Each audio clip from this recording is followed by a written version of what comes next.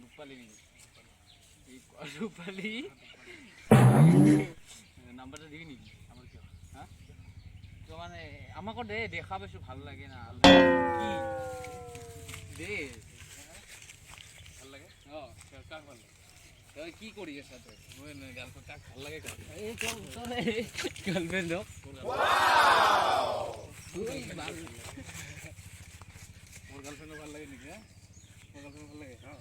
মোর girlfriend ভালো লাগে মোর girlfriend ভালো লাগে বলে হ্যাঁ হ্যাঁ মোর গার্লফ্রেন্ড ভালো লাগে এই রে